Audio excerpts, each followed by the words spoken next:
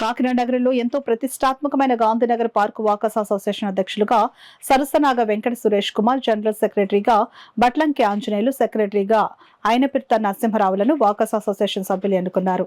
అలాగే సంఘం ఉపాధ్యక్షులుగా ఎంఎంఆర్ ప్రసాద్, కోశాధికారిగా వైవి సుబ్రహ్మణ్యంను సభ్యులు ఏకగ్రీవంగా ఎన్నుకున్నారు. ఈ సందర్భంగా నూతన అధ్యక్షులుగా ఎన్నికైన సురేష్ కుమార్ మాట్లాడుతూ, తనపై నమ్మకంతో తనను ఏకగ్రీవంగా ఎన్నుకున్న అందరికీ, అలాగే పార్లమెంట్ సభ్యులు తంగెళ్ల ఉదయ్ శ్రీనివాస్, కాకినాడ సిటీ రూరల్ ఎమ్మెల్యేలు వనమాడి కొండబాబు, పంతం నానాజీలకు, వార్డు ఇన్ఛార్జీలకు కృతజ్ఞతలు తెలిపారు. పార్కును మంచి మోడల్ పార్కుగా తీర్చిదిద్దుతానని ఆయన చెప్పారు. ఈ కార్యక్రమంలో జొన్నాడ వెంకటరమణ, వాసురెడ్డి సత్యకుమార్, కవికొండల ప్రభాకర్, కలగా శివరాణి తదితరులు పాల్గొన్నారు.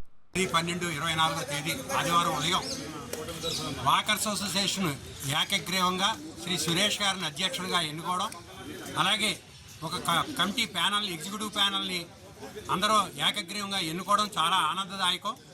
అదేవిధంగా సురేష్ గారు ఇచ్చిన వాగ్దానంలో మేమందరూ సమిష్టిగా పార్కులో వాకర్స్ అందరినీ కలిపికట్టుగా అందరినీ తీసుకుని సమిష్టిగా పార్క్ అభివృద్ధికి మేమంతా ముందుండి దోహదపడతామని ఈ సభాముఖంగా మా కమిటీ అందరి తరఫున మీకు తెలియపరుస్తున్నాం.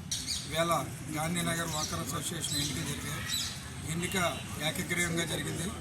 సురేష్ గారు అధ్యక్షులుగాను, ఆంజనేయులు గారు ప్రధాన కార్యదర్శిగాను ఎన్నికయ్యారు. ఇక్కడ ఉన్న అందరూ కూడా ఫోటోలో కనపడుతున్న అందరూ కూడా ఒక టీము. ఈ టీం అంతా కలిపి గాంధీనగర్ పార్క్ని అభివృద్ధి చేయాలని కృతనిశ్చయంతో ఉన్నాం. అందరూ కలిపి చేస్తామని మీ అందరికీ మాటిస్తున్నాం. Thank you. అయితే ఆఫీసర్లని అందరినీ కలుపుకొని అందరితో కలిసి ఈ ప్రాబ్లమ్స్ అన్నీ మేము ముందు తీసుకెళ్ళి ఈ పార్కుని కాకినాడలోనే ఒక మోడల్ పార్క్గా మేము చేయడానికి ప్రయత్నం చేస్తున్నాం. ఈ సభాముఖంగా ప్రతి వారికి కూడా తెలియజేస్తున్నాం. దీనికి చాలా సహాయ సహకారాలు అందించి మమ్మల్ని అందరినీ ఏకగ్రీవంగా ఎన్నుకున్న ఈ కాకినాడ వాకర్స్ అరౌండ్ 500-400 మంది వచ్చి ఉంటారు. అందరూ కూడా ప్రతి ఒక్కరికి పేరు పేరున కూడా నేను ధన్యవాదాలు తెలుపుకుంటున్నాను. మనందరం కలిసి పనిచేద్దాం. ఇది అందరి పార్కు, అందరికీ ఆరోగ్యం. Health to all means all happies will be happy. మన హెల్త్గా ఉంటే మన దేశం హ్యాపీగా ఉంటుంది.